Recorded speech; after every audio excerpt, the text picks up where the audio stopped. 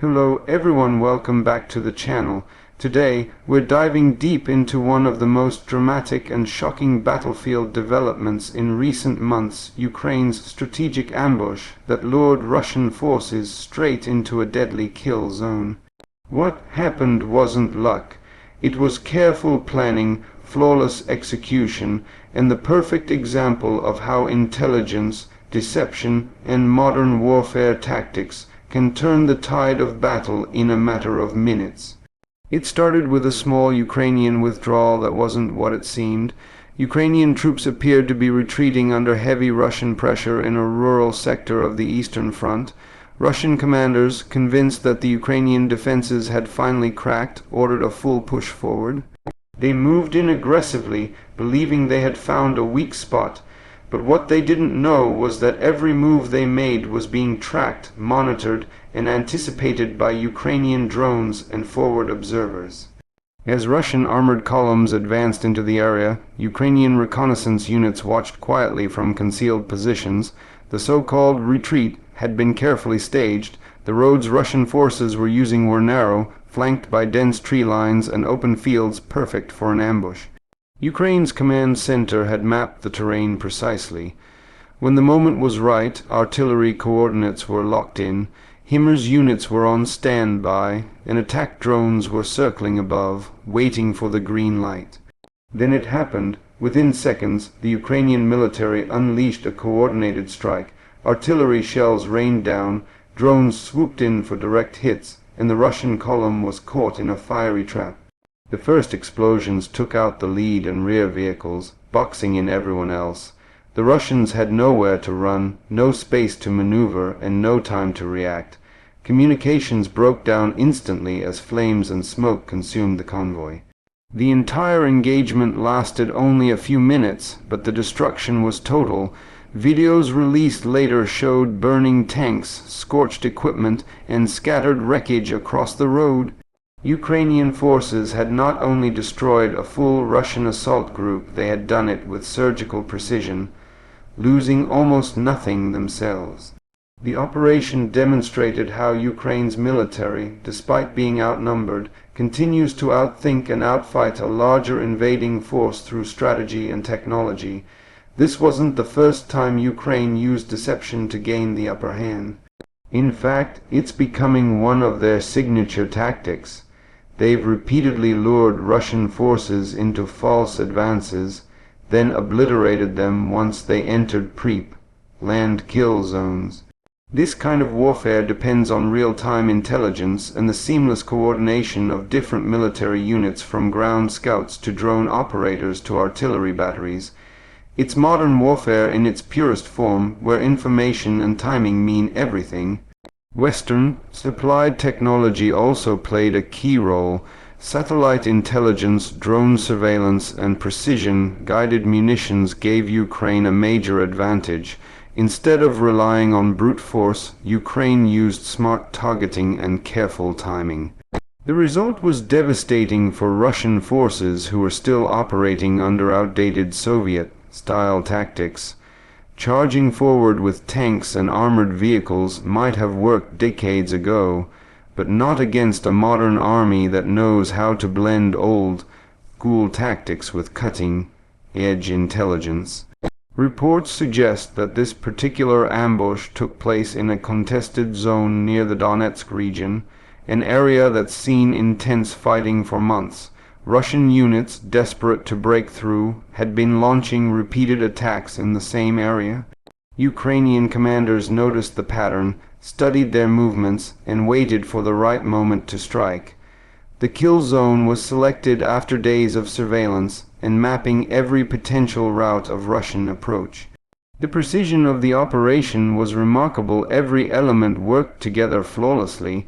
Eyewitnesses say the ground shook for miles as explosions echoed across the battlefield. Russian soldiers who tried to flee were quickly targeted by drones hovering overhead. Within minutes, the once advancing column had turned into a burning graveyard of metal. Ukrainian troops then moved in cautiously, securing the area and documenting the destruction for intelligence analysis. The aftermath videos became viral proof of how an organized ambush can completely dismantle an advancing force. What's more impressive is how Ukrainian troops used psychological warfare throughout the operation.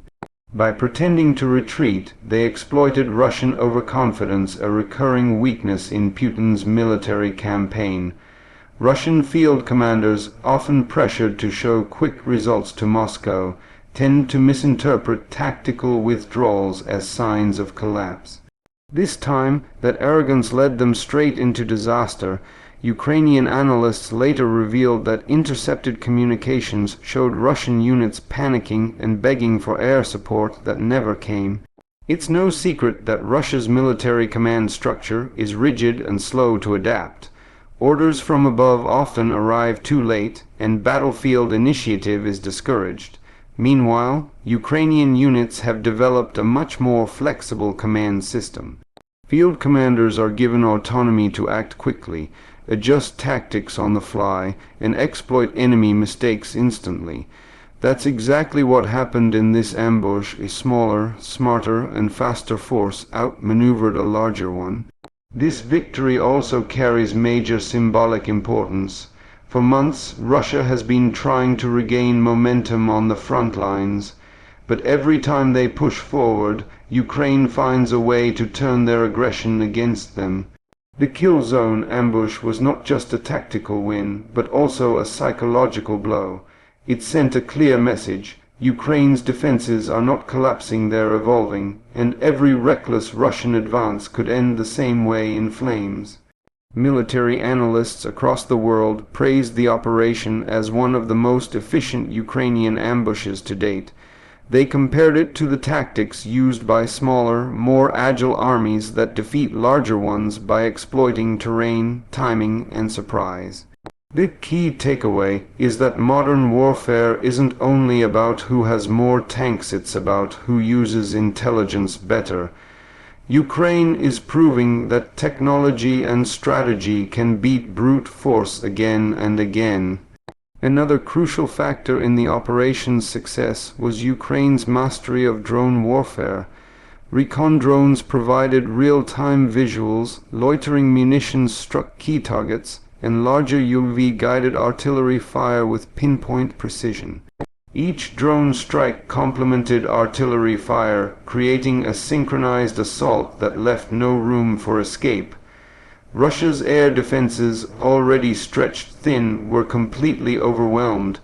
This battle became yet another example of how drones have revolutionized 21st century combat.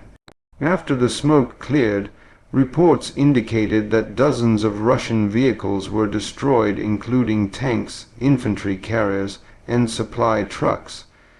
The loss of manpower and equipment was severe, and it dealt a major blow to the local Russian offensive. Ukrainian engineers later examined the wrecks to gather data on Russian armor weaknesses, which they used to refine future operations. Every battle becomes a lesson, every ambush a data point in Ukraine's growing library of battlefield intelligence. Inside Russia, this defeat caused outrage among military bloggers and analysts. Pro-war voices on Russian social media channels demanded answers, accusing commanders of incompetence and poor planning. Some even suggested that Moscow's generals are ignoring basic tactical lessons. The Kremlin, however, remained silent, as it often does when the truth is too embarrassing to admit. Instead, official statements called the event a tactical regrouping, an increasingly familiar phrase meant to disguise battlefield failures. For Ukrainian morale, the impact was enormous. Soldiers on the ground felt a renewed sense of confidence, seeing firsthand how their tactics were delivering results. These victories, even on a local scale, boost morale across the entire front. Each successful ambush sends a message to both sides. Ukraine is still very much in control of the fight. Beyond the battlefield, this event also highlights the growing gap between the two militaries' approaches. Ukraine's success stems from adaptability, coordination with Western intelligence, and innovative use of modern equipment. Russia, in contrast, continues to rely on outdated doctrines that emphasize mass over strategy. That fundamental difference is why Ukraine continues to inflict disproportionate damage on a larger opponent. Strategically, this ambush serves another purpose. It forces Russia to rethink its offensive tactics. Every time they fall for a Ukrainian trap, they become more hesitant to advance. That hesitation slows their progress, buys Ukraine more time to fortify positions, and exhausts Russian troops and equipment. Over time, these ambushes don't just destroy vehicles, they wear down an entire army's confidence and rhythm. Military experts say that the kill zone tactic works best when combined with misinformation. Ukraine reportedly used fake radio transmissions and visual decoys to lure Russian forces. Inflatable tanks, dummy positions, and false radar signatures made the Russians believe they were chasing a retreating enemy. In reality, they were driving straight into a death trap designed to exploit every predictable move. This operation also revealed how Ukrainian logistics have improved dramatically. To execute such a complex ambush, units need fast communication, quick ammunition resupply, and precision coordination. In the early stages of the war, this level of organization was difficult. But now, Ukraine operates with near-NATO-level efficiency in certain areas. It's a sign of how far they've come and how much more capable they've become in handling large-scale engagements. The human element shouldn't be forgotten either. The Ukrainian soldiers who carried out this operation were not elite special forces, they were regular troops trained under intense wartime pressure. Their discipline, timing, and courage show how experience and motivation can rival professional militaries.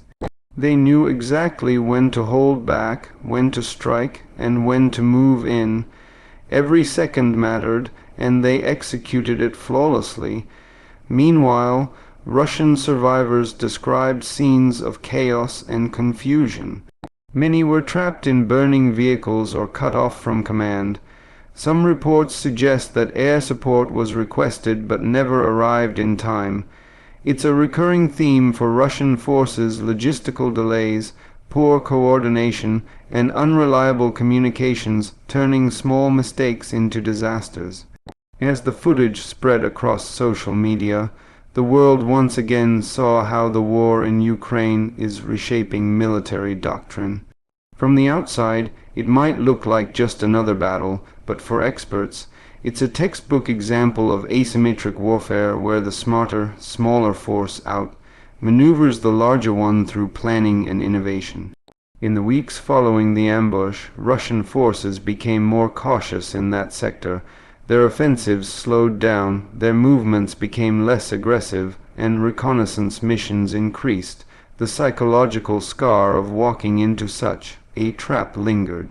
For Ukraine, this was another small but meaningful victory in a long and brutal war, one that proves brains can still beat brawn.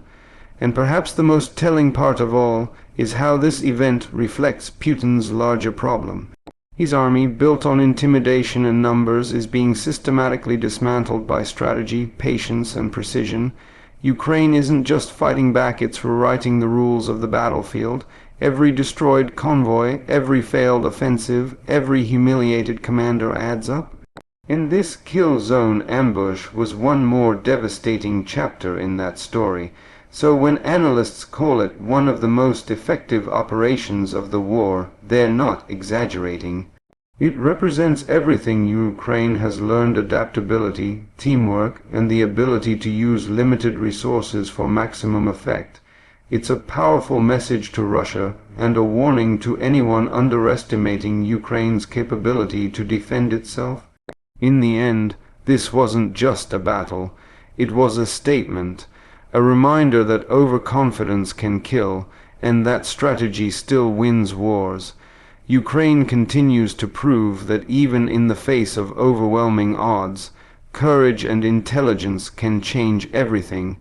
And for Russia, it was yet another painful lesson, one delivered in fire, smoke, and silence on a battlefield they thought they had already won.